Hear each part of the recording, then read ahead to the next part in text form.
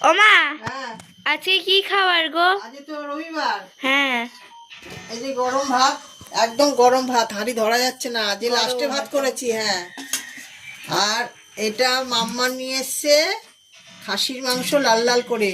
এ চর্বি শুদ্ধ মাংস, দেখ চর্বিওয়ালা মাংস নিয়ে এসছে, মেটে চর্বি, আলু দিয়ে ঝোল করেছে। আর শীষ পালং মাছের মাথা দিয়ে করেছে চচ্চড়ি। আর আমি করেছি আজকে মাছ ভাজা আর বেগুন ভাজাটা, পেঁয়াজ কুচিয়েছি, ধনেপাতা কুচিয়েছি, বড়ি ভেজেছি, শুকনো লঙ্কা ভেজেছি, এটা একসাথে মাখবো। আর কালকে একটুখানি মসুরির ডাল আছে। এই হচ্ছে আমাদের রবিবারে খাওয়া দাওয়া। সঙ্গে আছে আবার গন্ধরাজ লেবু। তাহলে বন্ধুরা, বড়ি ভাজা দিয়ে বেগুনটা পেঁয়াজ দিয়ে লঙ্কা দিয়ে মেখে নিই। এটা কিন্তু খেতে খুব ভালো লাগে, ভাতটা গরম তো।